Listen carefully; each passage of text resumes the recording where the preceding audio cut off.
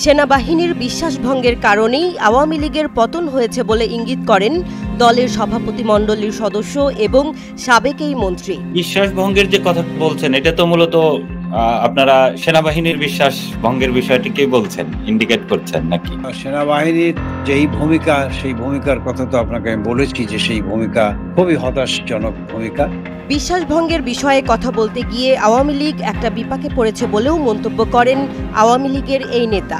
আমরা যে একটা বিপাকে পড়ি নাই তা নয়, আমরা একটা বিশ্বাসভঙ্গের কারণে আজকে আমাদের সাজানো দেশ, সাজানো বাংলাদেশের মানুষের মুক্তির যেই সনদ, সেটি তছনছ করে দিয়েছে, সেটি পদদলিত হয়েছে। একটি ফোন লাইভে আলোচনার এক পর্যায়ে আব্দুর রহমান বলেন, জুলাই আগস্টের আন্দোলনের সময় আওয়ামী লীগ নেতৃত্বাধীন সরকার বিশ্বাসভঙ্গের শিকার হয়েছে।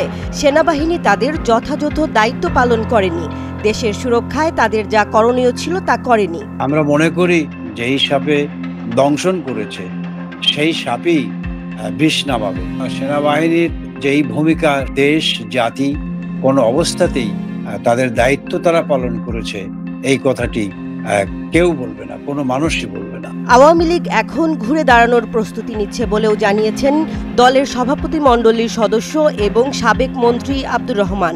এই বাংলাদেশের মানুষকে সংগঠিত করবার জন্য এই দল অতীতের যেই সমস্ত পরীক্ষায় সংগ্রামে উত্তীর্ণ হয়ে বাংলাদেশের মানুষকে সাথে নিয়েই সামনের দিকে পথ চলেছে, এবারও আমাদের এই দল জনগণকে সংগঠিত করে এবং এই মানুষকে আমরা আমাদের আস্থায় নিয়ে আমরা আবার ঘুরে দাঁড়াবো, আবার ফিরে দাঁড়াবো। সময়ের জন্যে অপেক্ষা করছি এবং আমরা সংগঠিত হবার চেষ্টা করছি এবং অচিরেই বঙ্গবন্ধু কন্যা শেখ হাসিনার নেতৃত্বেই বাংলাদেশের নেতা কর্মীরা যে দিক নির্দেশনা, সেই দিক নির্দেশনা এখনো আমাদের নেত্রী দিয়ে যাচ্ছেন এবং তার নির্দেশনাই আমরা আমাদের অবস্থান থেকে যেভাবে পারি সেইভাবেই আমাদের দলীয় নেতাকর্মীদের সঙ্গে আমরা যোগাযোগ করে চলছি এবং সেই যোগাযোগ রক্ষা করে যাচ্ছি।